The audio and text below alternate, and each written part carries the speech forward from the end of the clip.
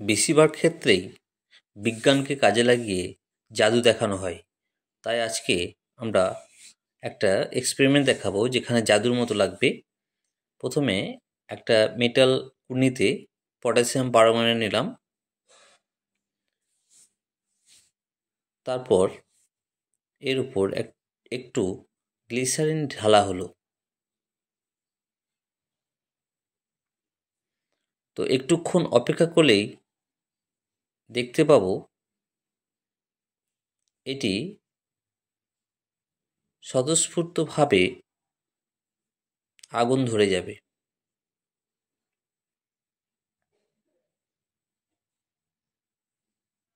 এটি একটি exothermic reaction, অর্থাৎ তাপ উৎপাদী বিক্রিয়া, যার ফলে এটা অটোমেটিকই আগুন ধরে গেল।